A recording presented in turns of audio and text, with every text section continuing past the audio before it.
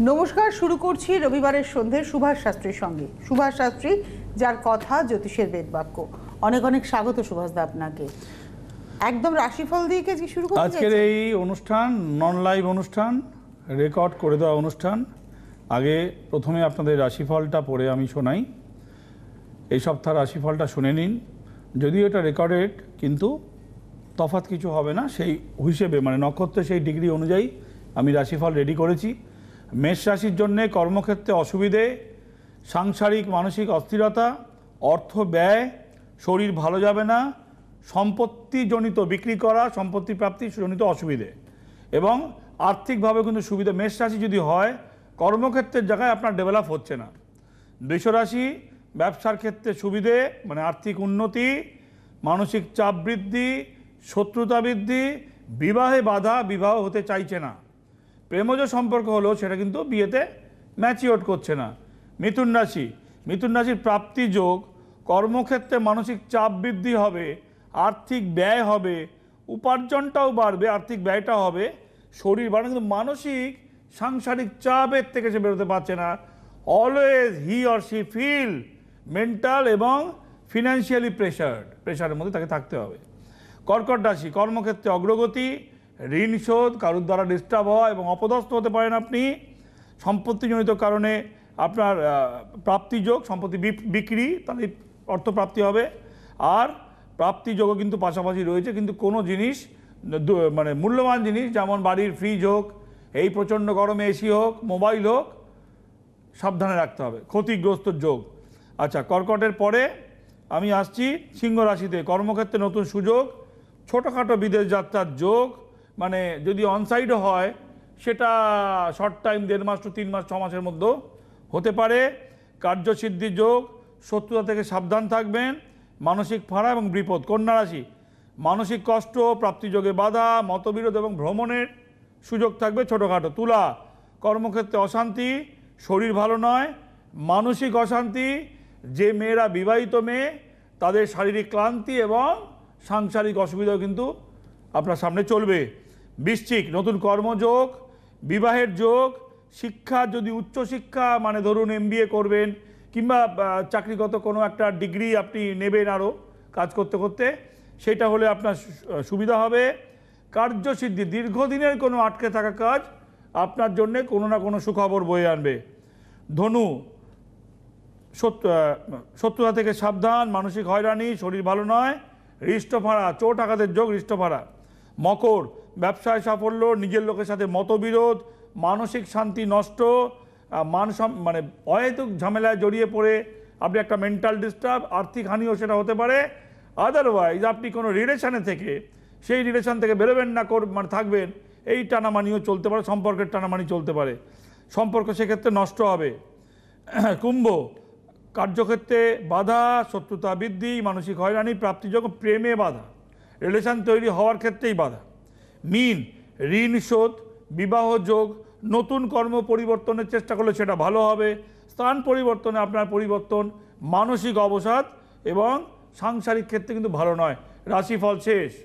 রাশিফল শেষ সুভাষদা। আজকে কিন্তু আমরা আলোচনা যেটা করতে চাইবো সেটা হচ্ছে, আপনি যেহেতু একটা নতুন বছর পড়েছিল, একটা বাংলা বছরও পড়েছিল, কিন্তু আপনি সোকল্ড রাশিফল বলেননি, আপনি বলেছিলেন যে নক্ষত্র ফল।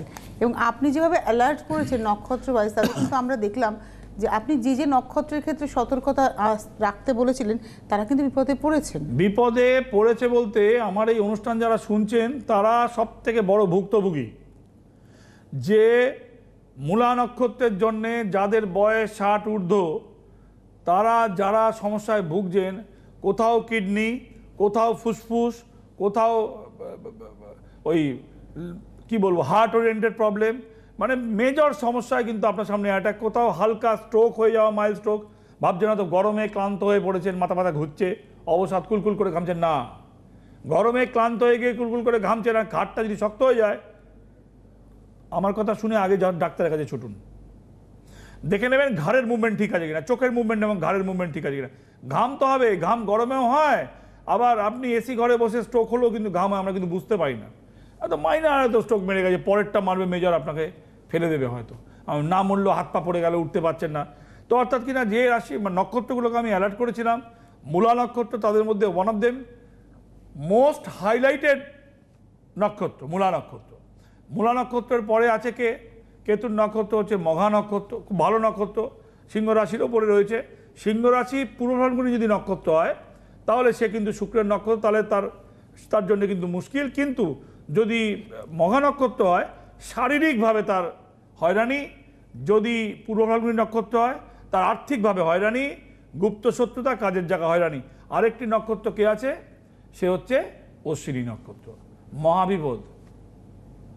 এখানে কিন্তু শারীরিক ব্রেকডাউন হবে না, এখানে মান সম্মান হানি, ক্ষমতার অপব্যবহার বলবো না, ক্ষমতা কমে যাওয়া, ক্ষমতা হ্রাস হওয়া। মানে আপনার ধরুন 3 মাস আগে যদি আপনি রোজগার করতেন, ধরে নিচ্ছি 1 টাকা আপনি রোজগার করতেন, আর 3 মাস পরে গিয়ে আপনার রোজগার 90 পয়সা দাঁড়িয়ে গেছে, তার মানে 10 পয়সা আপনার কমে গেছে। 10 পয়সা কি 20 পয়সা? তাহলে সেটা রোজগারের ক্ষেত্রে হতে পারে, সেটা সম্পর্কের অবনতির ক্ষেত্রে হতে পারে।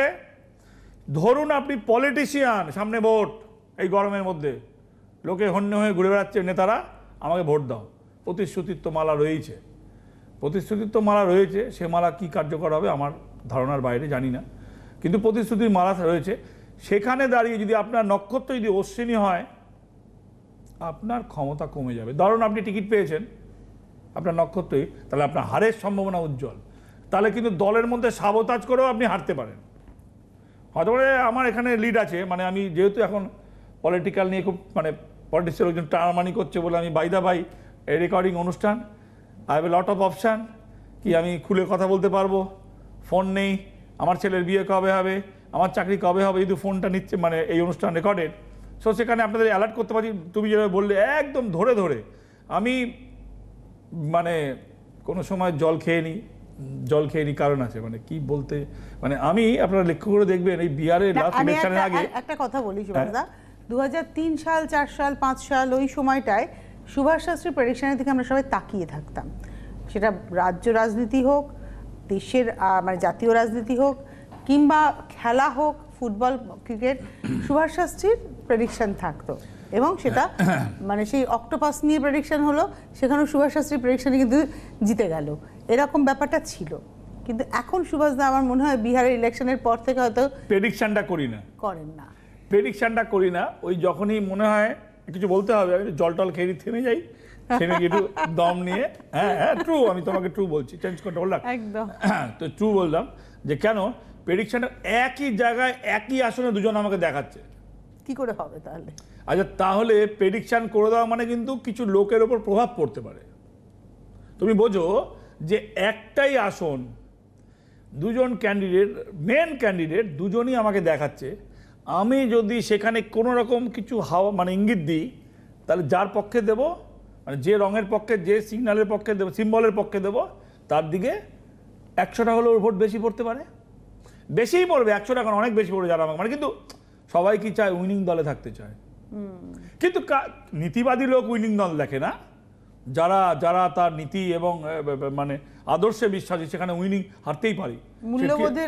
মূল্যবোধের জায়গা উইনিং এর কোনো জায়গা নেই। উইনিং আমার নিজের মনের কাছে, হ্যাঁ সেখানে তার মনের কাছে। কিন্তু যেখানে সাধারণ লোক কিন্তু উইনিং দলে থাকতে চায়, আমি আপনাকে এই বলেছিলাম জিতবেন, আপনি জিতে ভালো হয়, এটা বলছিলাম যে এইরকম জায়গায় দাঁড়িয়ে আমি যদি এরকম জায়গায় দাঁড়িয়ে নিজের কোনো বক্তব্য আমি রাখাটা, ওইখান থেকে হেঁটে গেছি, কারণ আমি দেখেছি লক্ষ্য করে যে একই বিভিন্ন জায়গায়, মানে নদিয়ার 2-3টে আসন আছে, আচ্ছা রায়গঞ্জের 1-2 আসন আছে, নর্থ বেঙ্গলের 2 আসন আছে, যারা দুটোই ক্যান্ডিডেট আমাকে থেকে পার্সোনালি তাদের বলে দিয়েছি কি, আচ্ছা হারবেন এটাও কিন্তু বলতে পারছি না, মজার কথা হচ্ছে, না এখন চালাতে হবে না, যদি এখন চালাতে হবে না তো থাক ওটা।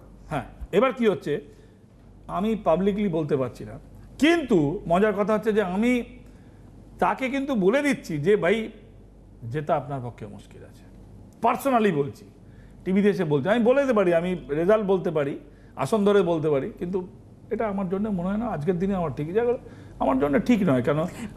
নীতিগতভাবে আপনার নিজেকে তো আর প্রমাণ করার জায়গা নেই। সুভাষ শাস্ত্রী না, নীতিগতভাবে, হ্যাঁ আমি কি বলছি, সুভাষ শাস্ত্রীর আগে যেটা ছিল প্রেডিকশনটা দেখি তো, সুভাষ শাস্ত্রীর প্রেডিকশনটা কতটা মেলে, এটা একটা সময় নিশ্চয়ই সুভাষদা ছিল, এটা তো অস্বীকারের জায়গা নেই, না কেন অস্বীকার করব, হ্যাঁ, কিন্তু আজকে সুভাষ শাস্ত্রীর যে জায়গাটা, তাদের সুভাষ শাস্ত্রীকে আর প্রেডিকশন মেলানোর জায়গায় নিজেকে প্রমাণ করতে হবে না, সুভাষ শাস্ত্রীর প্রেডিকশন কোনো কোনো জায়গায় না করাটাই শ্রেয়। হ্যাঁ, সেটাই রাজনীতি। সে তো বটেই। আজকে এমনও সময় ছিল যে সুভাষদা বলে দিতেন যে এবছর কোন জেলা থেকে ফার্স্ট হবে মাধ্যমিক উচ্চ মাধ্যমিক, এরকমও সময় গেছে। সুভাষ শাস্ত্রী একটা আপনাদের ভরসার জায়গা, তার প্রেডিকশন এবং তার প্রতিকার যার সঙ্গে থাকে তিনি জীবনটাকে উপভোগ করতে পারেন। জীবনটাকে তো একটা হচ্ছে জীবন সাধারণভাবে যাপন করা, একটা হচ্ছে জীবনটাকে উদযাপন করা। সুভাষদা মনে হয় জীবন উদযাপনের পক্ষে থাকেন, এবং সেখানে কোনো শর্টকাট নেই। না, শর্টকাটে আপনি ভালো কিছু পেতে পারেন না। যা শর্টকাট হবে তা আপনার জন্য পরে কাট হয়ে যাবে, রিয়েলি কাট হয়ে যাবে। মিলিয়ে দেখবেন, শর্টকাটে যা পাবেন কুচ করে সেটা কেটে যাবে আপনার জীবন থেকে, পরে লং টার্ম আপনি ভোগ করতে পারবেন না। পরিশ্রম, কন্টিনিউ পরিশ্রম করা, কন্টিনিউ কোনো কিছুর উপর ট্রাস্ট ধরে রাখা এবং নিজেকে ফোকাস রাখা, নিজেকে র্যাশনিং রাখা, সিস্টেমেটিক রাখা, এর একটা দাম পাবেন। আপনি জ্যোতিষ মানুন না মানুন, এর মিনিমাম দাম পাবেন। জ্যোতিষের তাহলে জ্যোতিষের বকবকানির জায়গা কোথায়? জায়গা হচ্ছে আপনার ফরচুনেটের জায়গা, সৌভাগ্যের জায়গা। একটা মানুষ কি করে তার ঠিক ঠিক প্ল্যানের হিট করতে পারেন, আপনি জীবনের মোড় ঘুরতে পারে। দেখা গেল আপনার সামনে অপরচুনিটি ছিল। আমি এরকম, আমার কথা শুনে বহু ছেলে আছে সরকারি চাকরির কাগজ ছিঁড়ে ফেলেছে আমার টেবিলে বসে। আবার তুমিই ছিলে সেই অনুষ্ঠানে যেখানে ফোন এসেছিল যে কৃষ্ণনগর থেকে এসে চাকরির জন্য। আমি বললাম ভগবান আর কোর্ট ভরসা, তোমার নিশ্চয়ই মনে আছে। বেরিয়ে গিয়ে বললো কোর্টের রায় এসেছে। আপনার চেম্বার থেকে বেরিয়েই সে ফোন পেয়েছিল কোর্টের রায়, এবং সে ফোনে বলে গেল, ওনার সে তোমাকে বলে গেল যে আমি যে ওনার চেম্বার থেকে বেরোলাম, বেরোনোর পরে কোর্টের রায় এসেছে তার পক্ষে। এখন আবার কোর্টের রায় গেছে বিপক্ষে। হয়তো দেখা যাবে 6 জন মানে তারা পয়সা দিয়ে পেয়ে অযোগ্য। একটা শর্টকাট কথা হচ্ছে, অ্যাপ্রোপ্রিয়েট কথা, অযোগ্য। অযোগ্যদের জন্য যোগ্যদের, ওই ক্লাস রাস্ট্রিকেটের মতন দুটো ছেলে টুকরি করছিল, 4 জন দেখেছে, পুরো হোল অফ দ্য ক্লাসকে রাস্ট্রিকেট করে দেওয়া হয়েছে, সবার পোস্টপন্ড করে দেওয়া হয়েছে। তো ওই মানে মানে একই যাত্রায় দুটো ফল তো হবে না, একই যাত্রায় এক ফল পৃথক ফল নেওয়ার জন্য পাপে পাপি হয়েছে। তো কোর্টের রায়, চাকরির ক্ষেত্রে যদি কেউ আসে মামলা চলছে, আমি তাকে জীবনে তাকে রেমেডি দিইনি নীতিগতভাবে। কেন আমি বলবো কোর্টের রায় ভরসা, আবার আমি প্রতিকারও দেবো, ভাই দুটো কথা চলতে পারে না, পরিষ্কার কথা। নিজেকে বলেছি দুটো জিনিস দু পথে চলতে পারি না। কেননা মানুষ তাহলে কমার্শিয়াল অ্যাসপেক্ট রাখেননি আপনি। না, কমার্শিয়াল অ্যাসপেক্টে কি করে মানুষ ভরসা রাখবে আমার উপর? কমার্শিয়াল তো সারাদিন দেখে লোকে, কমার্শিয়াল জ্যোতিষ সারাদিন দেখে। দেখুন, আগে আমি রাশিফল শনিবার রাত্রে 12টার পরে স্নান করে রাশিফল ভোর রাত্রে লিখতাম, নিয়ে এসে রবিবারে দুপুরবেলা পড়তাম। 12টার অনুষ্ঠান দীর্ঘদিন পড়েছি, রাতের বেলা লিখতাম। পরিষ্কার স্বীকারোক্তি, আজকে আমি রাত জেগে রাশিফল লেখার প্রয়োজনও পড়ে না, আমি লিখিও না। আমি রাত জেগে রাশিফল লিখি না, আমি মিথ্যা কথা টিভির পর্দায় বলবো না। কেননা আমার রাশিফলের প্রোগ্রাম 12টা থেকে সরে গেছে। আমি যখন দুপুর 12টার প্রোগ্রাম করতাম, রাত্রি 12টার পরে লিখতাম। এখন আমার প্রোগ্রাম এসছে 12টার প্রোগ্রাম আমি ছেড়ে দিয়েছি, আপনারা জানেন দীর্ঘদিন ছেড়ে দিয়েছি, রবিবারের প্রোগ্রাম ছেড়ে দিয়েছি, সন্ধ্যে 6:30টার প্রোগ্রাম। তো আমি সেক্ষেত্রে রবিবার সকালে কিংবা শনিবার রাত্রে মূলত টাইম পাই না আমি এখন। রবিবার সকালে লিখি, আমি 12 ঘন্টার মধ্যে লিখি, আমার কোনো অসুবিধা নেই। তা আমি মিথ্যা কথা বলতে পারি, হ্যাঁ রাত জেগে লিখি, কোনো প্রয়োজনই পড়ে না, কারণ রাশিফল তো মিলবে। আমি যা বলবো, বাজারে অহেতুক মানে প্রয়োজন হয় না কথা বলার। কেন বলবো? আমি কি প্রমাণ করা যায়? বলে কি পাবো? একটা লোক বেশি আসবে। আমার মিথ্যা কথা কি? মিথ্যা কথা হচ্ছে নিজের পক্ষে। আমি তো বলছি, আমি তো পরিষ্কার টিভির প্রোগ্রামে বলেছি, দেখুন ভালো স্টুডেন্ট ছিলাম না, আমার বাবা মা জানতেন না জ্যোতিষ করে ডেভেলপ হতে পারে, তারা জানতেন না। বাবার একটা ছোট দোকান ছিল, মা একটা স্কুলে মানে প্রাইমারি স্কুলের শিক্ষিকা ছিলেন, তারা প্রাইমারি স্কুলে পড়াতেন। তো এইরকম গরিব পুয়োর ঘর থেকে আমি বিলং করি, আমি নট এ গুড স্টুডেন্ট। আমার সৌভাগ্য বলুন, গুড ফরচুন বলুন, হোয়াট এভার, মানে যাই বলুন না কেন, আপনার কাজের প্রতি অধ্যাবসায় এবং আপনার সততা এবং তার সঙ্গে সঙ্গে মানুষকে ভালো রাখা, মানুষের ভালোবাসা পাওয়া, ফরচুন চেষ্টা করি প্রতিদিনের। দেখো, ভালো রাখা তো মুখে বলা তো না, প্রতিদিনের প্রচেষ্টা, প্রতিদিন আমাকে স্নান করতে হয়। আর আপনাদের পেশায় মনে হয় প্রত্যেক দিন নিজেকে প্রমাণ করতে হয়। প্রতিদিন আমাকে স্নান করতে হয়, প্রতিদিন আমাকে দাঁত মাজতে হয়, প্রতিদিন জামা কাপড় পরতে হয়, তো ঠাকুরকে ডাকতে হয়, তো প্রতিদিনই প্রচেষ্টা করতে হয়। আমি কিছু নিয়ে আসিনি, আর কিছু নিয়ে বসে থাকলেও এগোনো যাবে না সময়ের সাথে। জ্যোতিষ এখন অনেক এগিয়ে গেছে, কিন্তু দেখবেন জ্যোতিষের মানসিকতা এগোয়নি আমার দেশে। জ্যোতিষ কিন্তু অনেক মাইল এগিয়ে গেছে। জ্যোতিষের এখন যা সিচুয়েশন, সেটা কিন্তু আমাদের দেশে কিন্তু সেইভাবে এগোয়নি। কেন? কারণ সেইভাবে আপগ্রেড হয়নি এবং দেখা গেছে যে তারা নিজেদেরকে ব্যবসার সাথে আটকে রেখেছে। জ্যোতিষ হচ্ছে একটা ফ্রেন্ডলি ওয়েতে চলে এসছে। চিকিৎসা শাস্ত্রের কথা আমি বলছি, আমি আমার এক মানে ক্লায়েন্ট, তার বাড়িতে আমি বেশ কিছুদিন ছিলাম। সে কুয়ালালামপুরে পেট্রোনাস ইয়েতে মানে প্রফেসর ছিলেন। পেট্রোনাস যে টুইন টাইমার আছে, gas and oil Petronas company যেটা ওদের, হ্যাঁ, oil and gas company, professor ছিলেন। ওনার ওই ক্যাম্পাসে আমি ছিলাম। আমি সেই সময় একটু শারীরিক অসুস্থ ছিলাম। আমি ওখানে ইপো হসপিটালে দেখেছিলাম Chinese doctor, is a very friendly. Hello, hi, এসো, হাউ আর ইউ, সিট, চা খাও, কম্পিউটারে লিখে দিল ডবল। তো এই যে তার, আর এরকম দেখলে চেঞ্জ কর, হ্যাঁ। তো এই যে ফ্রেন্ডলি ওয়ে, না ওষুধের গন্ধ আছে, না ডাক্তারের প্যানিক আছে, কিন্তু আমি কিন্তু গল্প করছি, কমিউনিকেশন হচ্ছে। তাকে বসে গল্প করছি চেয়ারে বসে, আমাকে বলছে চা খাও, how are you, your astrology, you tell me something, মানে আমাকে কিছু বলো, ইউ ক্যান, মানে একটা। তাই বললাম doctor I have some problem, সেই সময় লিভার কিডনির প্রবলেম চলছিল এখনো। তো যাই হোক, বলছেন no problem, everybody you have some problem, don't be panic, তুমি এটা করো, তোমার প্র্যাকটিস কেমন হয়, how are your practice, you can tell me, তুমি কিছু বলতে পারো আমাকে সামথিং, চিন্তা করো। আর এখানে ডাক্তার, আপনি মানে বসে থাকুন। এখানে যদি ডাক্তার দেখাতে যাই, প্রথমেতে গিয়ে আপনি অসুস্থ বোধ করবেন, তারপরে আপনার কত টাকা লাগবে আপনি জানেন না, তারপরে বলবো ওইখানটায় বসে থাকুন। ওই যে 3 ঘন্টা বসে থাকবেন, ভয় ক্রিয়েট হবে আপনার, ভয় ক্রিয়েট হবে। ভয় ক্রিয়েটের পরে তার 4টে ডাক্তারের মানে অ্যাসিস্ট্যান্ট আছে, আর একটু ভয় দেবো, ও বাবা এত দেরি করে এসেছেন, মানে তোমার মধ্যে মানে বেলুনে মানে হাওয়া ভরার মতন, হে ভগবান করতে করতে তুমি যখন দেখো ডাক্তার গম্ভীর হয়ে হয়তো বলবে এবার কিছু করুন। তার মানে বিদেশে কিন্তু এরকম ডাক্তারই হয় না। জ্যোতিষও তাই এখানে, যে সে একটা ভয়ঙ্কর সেজে গুজে বসে থাকবে, গিয়ে সে নিজেকে প্রুভ করছে আমি বিরাট বড় একটা সাধক, বিরাট বড় সাধক, কিন্তু পরে তার চেহারা দেখলে বোঝা যাবে না সাধক না, কিন্তু তার চেহারা গম্ভীর, আপনার ভয় দেখাচ্ছে আপনার এটা আছে এটা আছে। কিন্তু জ্যোতিষ ভয়ের জায়গা থেকে বহুদিন আগে সরে গেছে। জ্যোতিষে আপনার প্রবলেম থাকতে পারে, প্রবলেম তো আমার চকেও আছে, প্রবলেম তো সুভাষ শাস্ত্রীর চকেও আছে রে ভাই, ভয়ের জায়গা নেই। রইল বাকি আপনি কি আপনার টার্গেটটা অ্যাচিভ করতে পারবেন কি পারবেন না। সহজ কথা ভেবে নিন, আপনি 10 টাকার লটারি জিততে পারতেন, ধরুন লটারি খেলেন আপনি, এখন তো র্যামি খেলছে, এই খেলছে, মোবাইলে সব বেটিং করে করে সব হয়তো সাফ হয়ে যাচ্ছে, তারপরে IPL ISL যা সব বেটিং, মানে সবাই না, মোটামুটি একটা বেটিং চক্র কাজ করে অলওয়েজ। তো আপনি কি সেই রোজগারটা, ধরুন আপনি বেটিং করেন, লটারি কাটেন, হ্যাঁ, আপনার রোজই টিকিটে মিলতে মিলতে সরে যায়, কিংবা 10,000 টাকা পর্যন্ত গিয়ে থেমে যায় আপনার গাড়ি, কোটি টাকা মারতে পারবেন, অপরচুনিটি আছে। তাহলে সেই, আচ্ছা বেটিং যখন উঠলো বলে দিই, সব থেকে পৃথিবীর বড় বেটিং হয় কিন্তু লন্ডনে, সরকারি বেটিং এবং রিয়েল বেটিং। একটা যদি দান মারতে পারে, আমার কাছে একটা লন্ডন থেকে একজন এসেছিল, তারা ডাবলিনে কাজ করে, থাকে লন্ডনে, বাসা জগন্নাথ বাড়ি আছে, বলছে যে আমি তো জানতামও না তার আগে, বছর 3-2 আগে করোনার পরে, যে আপনি এটা কিছু করে দিন, আমি না এটা পেতে পারি কিছু। তাই বললাম কি, তুমি সম্পত্তি হয়তো পাবে, লন্ডনে বাড়ি পাবে। বলছে না, এরকম সরকারি একটা বেটিং হয়, ওইটা না 2-3বার ফসকে গেছে, একবার যদি লাগে। তা আমি বললাম যে দেখুন, লটারি নিয়ে বেসিক্যালি কিছু আমি বলি না, আমি জীবনে লটারি কাটিনি, আমি কাটবও না, কেন ওই নেশার মধ্যে এই পাই দিতে চাই না, তা তো আমি কাটবো না, লটারি কেটে শুয়ে থাকবো। তো তখনও যাই না। তো আমাকে বলছে যে না, এটা সরকারি লটারি, এটা না এরকম না, আর লটারি তো লটারি। আমি তো জিজ্ঞেস করলাম কত পেতে পারেন, আমাকে বলল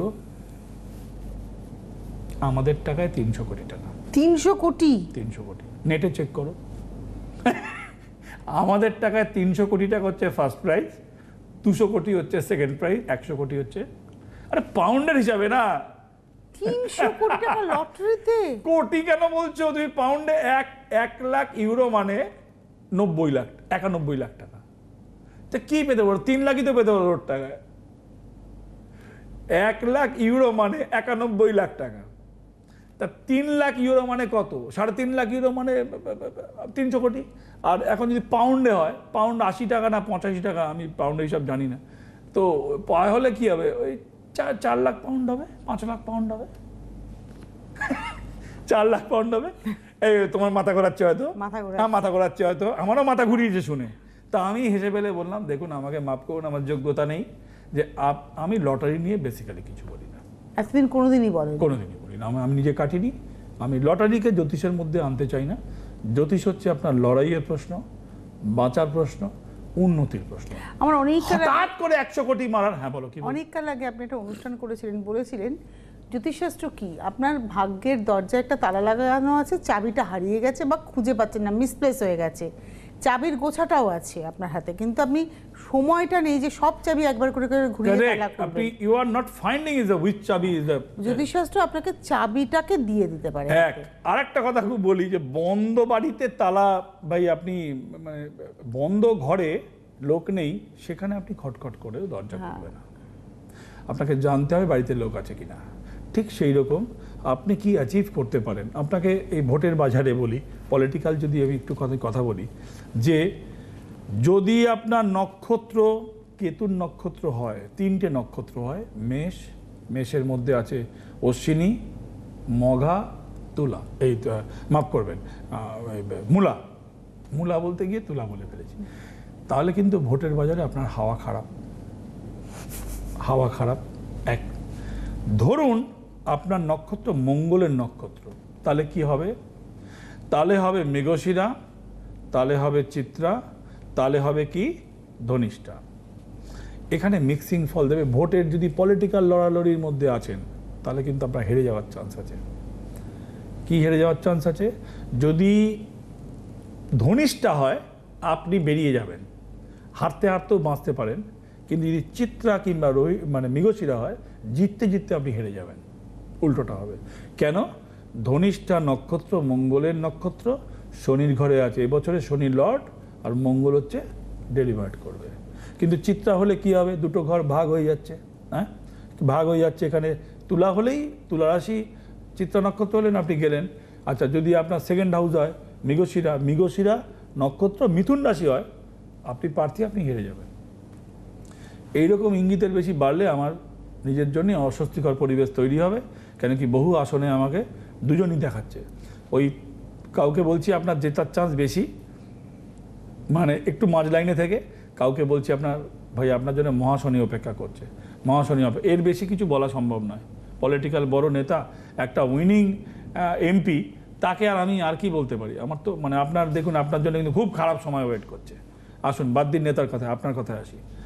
আপনার কথা এলে যে এবছরের যে স্টার্টিংয়ের, এখন তো আমাদের মে মাস পড়ে গেল, প্রায় শেষের দিকে মে মাস।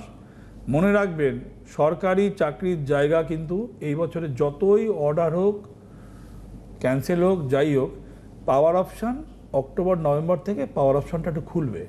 আচ্ছা, যাদের গেল তাদের নিয়ে আমার কথা বলার ক্ষমতা নেই, কেননা গেল কি হবে, আবেদন হবে না হবে আমি জানি না, কোর্টের ব্যাপারটা তো আমি জানি না। সত্যিই তো ওই ব্যাপারে আমি নবিশ এবং ফুলিশ, যাই বলুন না কেন, সেটাই। কিন্তু যদি ফ্রেশ চাকরি পাওয়া, সেটা সরকারিও হতে পারে, সেটা প্রাইভেটও হতে পারে, কিন্তু সেপ্টেম্বরের পর থেকে, যদি নভেম্বরের পর থেকে ধরি, একদম এন্ড অফ দ্য ইয়ারের শেষের দিকে, তাহলে অপরচুনিটি আপনার জন্য বাড়বে। আমি দুটো তিনটে একটু উপাচারের কথা ধরিয়ে দিই শেষের দিকে এসে অনুষ্ঠানে, যে দেখুন, এই যে লোকে বলে শর্টকাটে পেতে চায়, মানে এটা করে কি ওটা পাবো, সেই দুধ দিয়ে মেদিনীপুরের, পূর্ব মেদিনীপুরের একটা বয়স্ক মানে মহিলা, হ্যাঁ দুধ দিয়ে চান করে গেছে, কই চাকরি হলো না, তো ওরকমভাবে হবে না, ওইভাবে হবে না। দুধ দিয়ে চান করে গেলে চাকরি হবে, কন্টিনিউ প্রসেস আছে। আর চাকরির ক্ষেত্রে তো দুধের চান নাই লিখতে পারে, চাকরির ক্ষেত্রে দুধের চান নাই মিলতে পারে, আকর্ষণের ক্ষেত্রে মিলবে। দই দিয়ে হলুদ দিয়ে মধু দিয়ে চান করুন না কেন, দই হলুদ আর মধু অল্প, ছেলেরা হলে মধু নাও দিতে পারেন, কিন্তু বলে না মধু দিতে হবে, মানে মধু পথে মধুর ভাবটা না এলে আকর্ষণ মানে একটা মধুরতা, একদম। তো সেইটাকে আনতে হবে।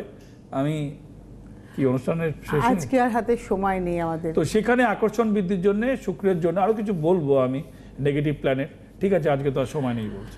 মায়ের আশীর্বাদ, গুরুদেবের নির্দেশে সুভাষ শাস্ত্রীর এই পথে হাঁটা, এবং অবশ্যই আপনাদের ভালোবাসায় তার কথা, আপনার ছকে শেষ কথা, তার কথা জ্যোতিষের বেদবাক্য হয়ে ওঠা। অনেক ধন্যবাদ সুভাষদাকে, ধন্যবাদ আপনাদেরও, নমস্কার। জ্যোতিষ হলো বেদের অঙ্গ, আর সুভাষ শাস্ত্রীর কথা জ্যোতিষ জগতে বেদবাক্য।